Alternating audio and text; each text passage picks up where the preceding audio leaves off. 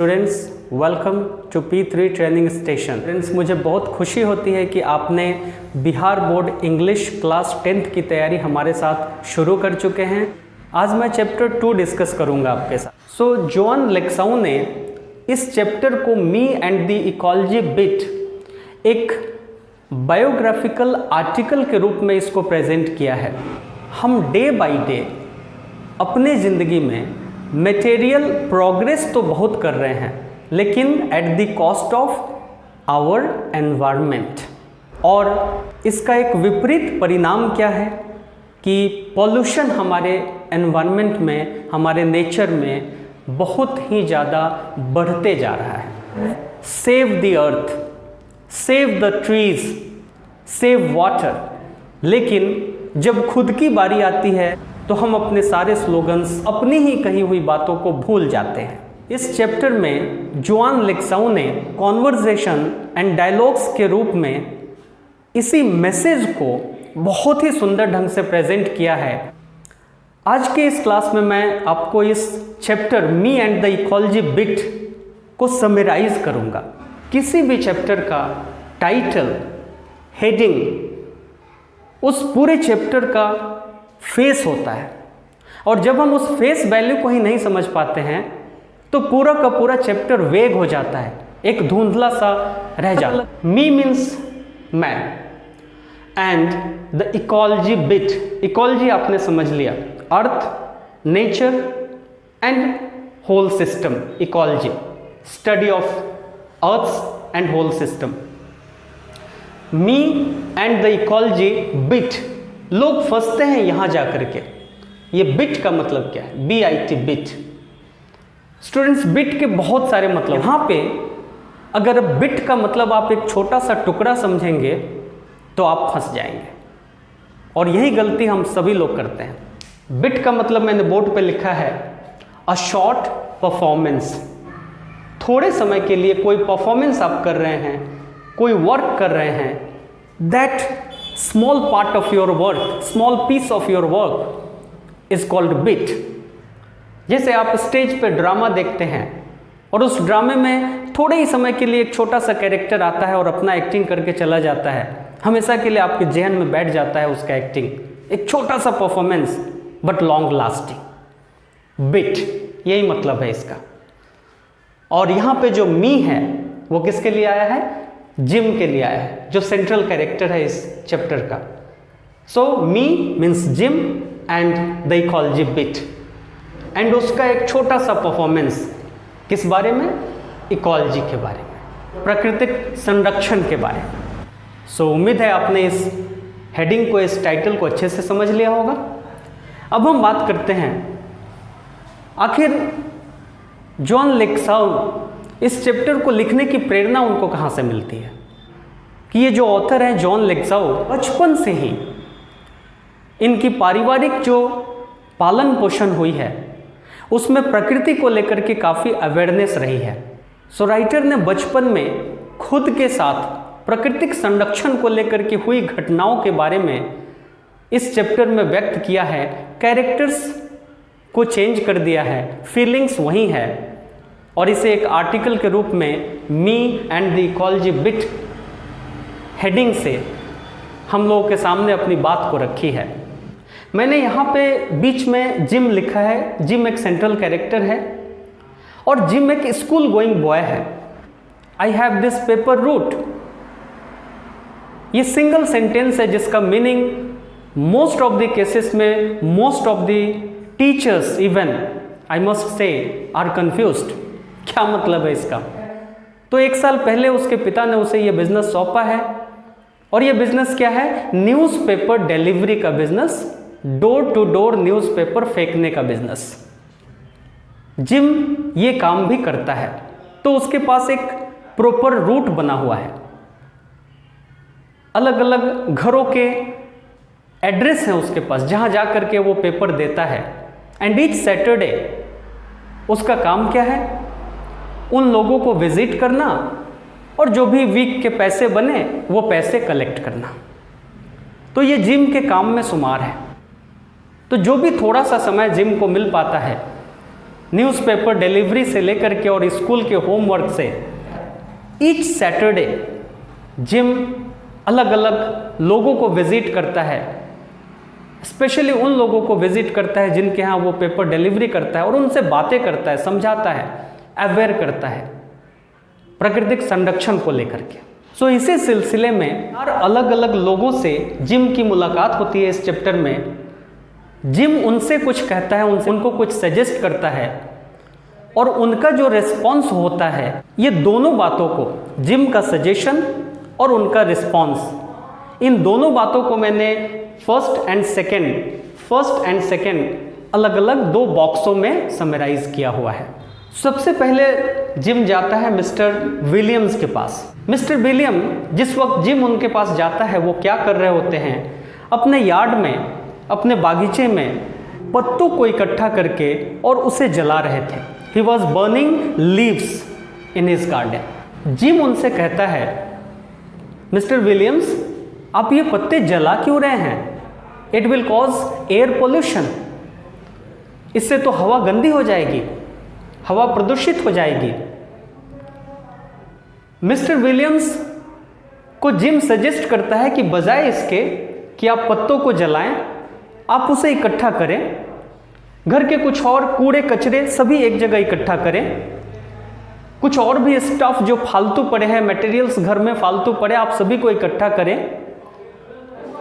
और उसे इकट्ठा करके आप कंपोस्ट बनाएं, मैन्योर बनाएं, खाद बनाएं। तो मिस्टर विलियम्स ने जिम की सजेशन सुन करके जो जवाब दिया, put enough dirt on top of compost pile at your home.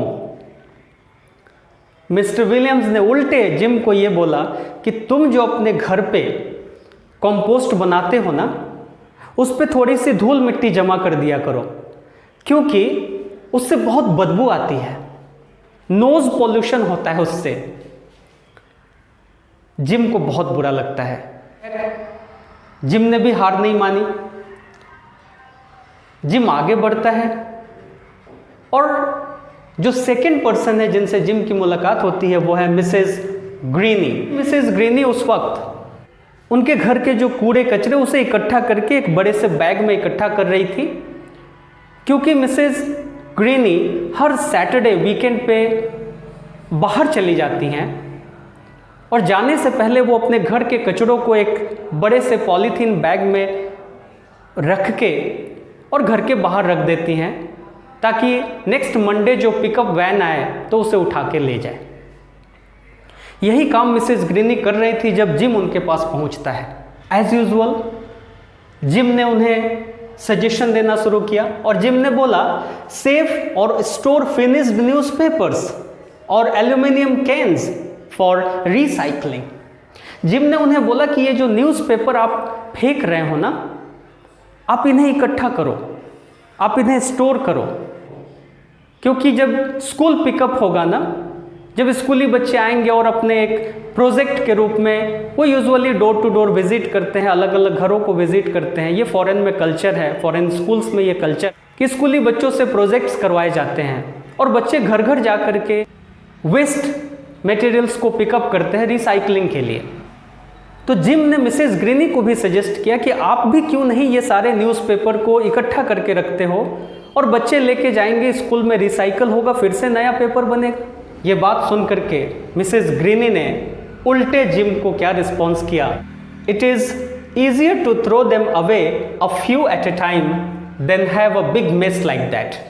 और मिसेस ग्रीनी ने क्या रिस्पॉन्स किया कि ये अच्छा है कि मैं एक एक करके थोड़ा थोड़ा करके इसे फेंक देती हूँ, कौन ये इकट्ठे करे और कचरे का ढेर बनाए अपने घर में।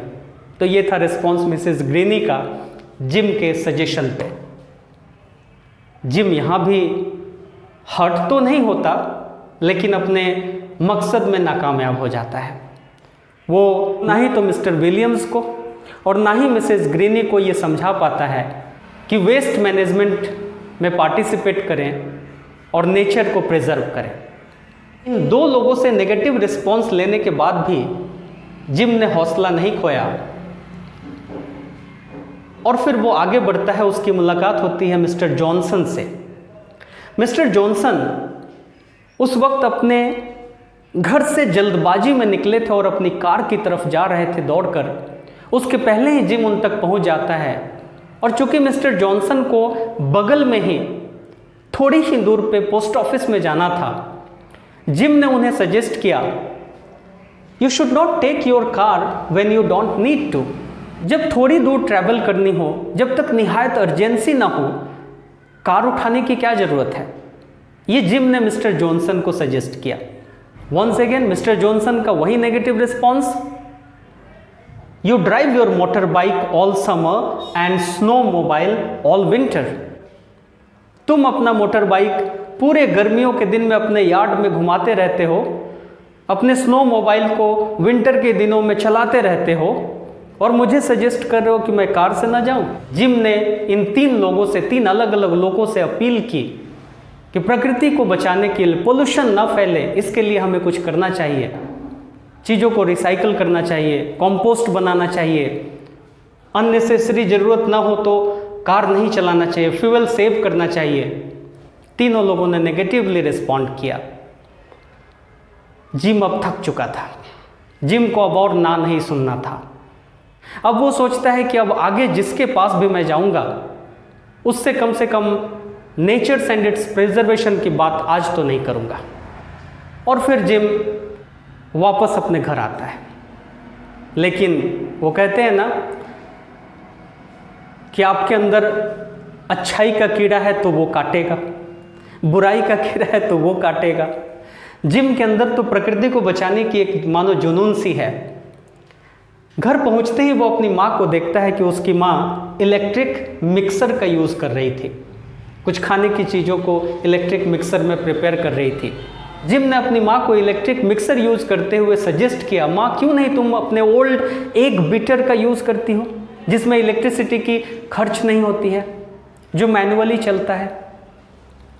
और माँ ने भी उल्टा ही जवाब दिया। माँ का जवाब भी बाकी तीनों की तरह ही था। You watch TV 27 hours a day around here. दिन भर तो तुम टीवी देखते रहते हो, क्या उसमें इलेक्ट्रिसिटी खर्च नहीं होता। जिम का आज का दिन ही शायद खराब था। जिम का आज का प्रयास शायद बेकार गया। वो सभी 3 लोग जिनसे जिम मिला उनने तो नेगेटिवली रिस्पॉन्स किया ही। जब खुद जिम की माँ ने जिम की बातों को सीरियसली नहीं लिया तो जिम बहुत निराश हो गया। एंड फाइनली चैप्टर के एंड में वो कंक्लूड करता है, nobody is willing to do anything about the ecology except me and nobody listens to me. कोई मुझे सुनता भी नहीं, कोई पृथ्वी, प्रकृति और इसके संरक्षण के बारे में सोचने को भी तैयार नहीं है, सुनने को भी तैयार नहीं है। तो जिम ने ये कंक्लूड किया और कहानी यहीं पे ख़त्म हो जाती है। लेकिन एक बहुत बड़ी सीख जो राइटर ने हम सभी को दे डाला कि हम सभी अपने निजी जीवन में बातें तो बहुत करते हैं नेचर एंड इट्स प्रिजर्वेशन की, लेकिन जब बारी आती है इसको फॉलो करने की तो हम सभी विमुख हो जाते हैं, हम सभी इनडिफरेंट हो जाते हैं, निराशजनक हमारा व्यवहार हो जाता है प्रकृति को सुरक्षित करने, संरक्षित करने और बचाने के प्रति। तो स्टूडेंट्स, ये था इस चैप्टर का समरी। मुझे पूरा यकीन है अगर आपने इसको ध्यान से पढ़ा है और सुना है तो इस चैप्टर से कोई भी क्वेश्चन आए आप उसे ज़रूर अटेम्प्ट करोगे। अपने अगले वीडियो में मैं इस चैप्टर को अब लाइन बाय लाइन आपको पढ़ाऊंगा, आप ज़रूर देखेंगे और सीखेंगे। Thank you.